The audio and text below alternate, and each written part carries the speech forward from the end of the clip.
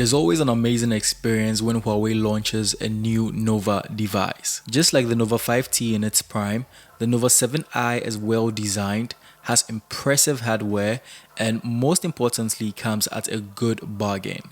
It's however not perfect, and in this review, we'll go through everything that excites us about this device and a few things we are not so enthused about. On the outside, the Nova 7i is nothing but gorgeous. It has a large 6.4-inch LTPS LCD screen, which has a punch-hole selfie camera on the upper left corner of the screen. More on the cameras later. The Nova 7i has a smart resolution feature that automatically lowers the resolution from FHD Plus to HD Plus to save power, which is quite brilliant. The display is vibrant and very bright, and I'm not even exaggerating. I really do think that this is one of the best LCD displays I've personally seen in 2020.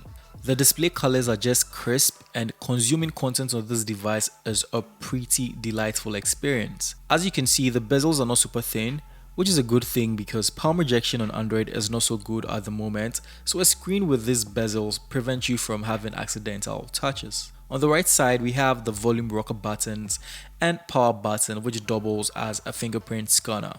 I love this design because my thumb naturally rests on the power button when turning on the Nova 7i, and it makes sense to just have it there. On the left side, we'd find the SIM slot that supports 2 nano SIM cards.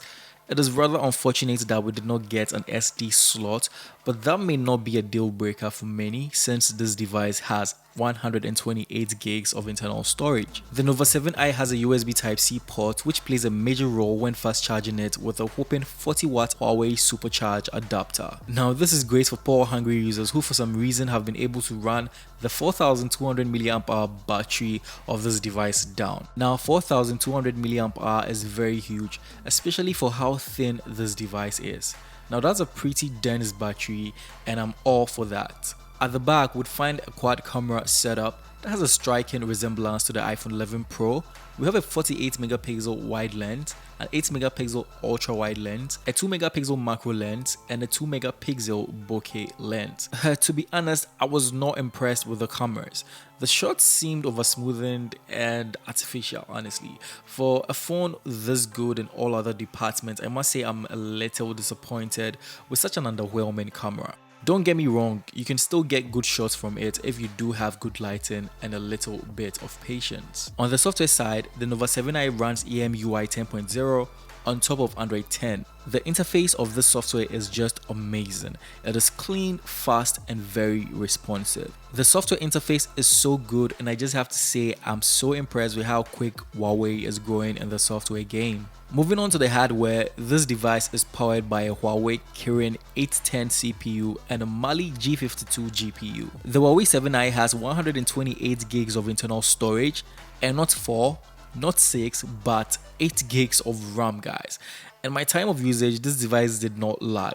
It was smooth and fluid and ran games smoothly. As expected, the Huawei Nova 7i doesn't and cannot have Google mobile services installed, so you won't see core Google apps. Instead, you'd find the Huawei mobile services, which tries to give other alternatives to what you'd usually find pre-installed on devices with GMS. Huawei has the app gallery, for example, instead of the Play Store. There you'd find most of the apps you're probably already used to, like TikTok and Snapchat. Now, even though you can download apps from third-party stores and websites, I'd rather you don't, since you risk the chance of downloading malicious apps. To many, this may or may not be a deal breaker. I'd say sit down, think it through, and weigh the pros and cons on whether you'd want to fully commit to the device and Huawei's suites of apps at the expense of Google apps. To conclude, I do think Huawei is taking a bold experimental step in this regard. If people come to the realization that they do not have to rely on Google apps, this could be good for Huawei and bad for Google. On the other hand, if people have very bad experiences with Huawei, they might not think twice on what software suite their next device would run. The Huawei Nova 7i is retailing for around $273 or 1,579 Ghana cedis. And for what it doesn't have in software, it makes up for in hardware, And I think this is a big gamble, but let's see how it goes.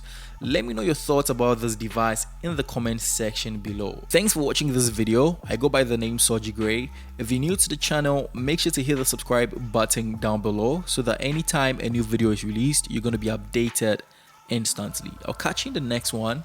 Stay blessed.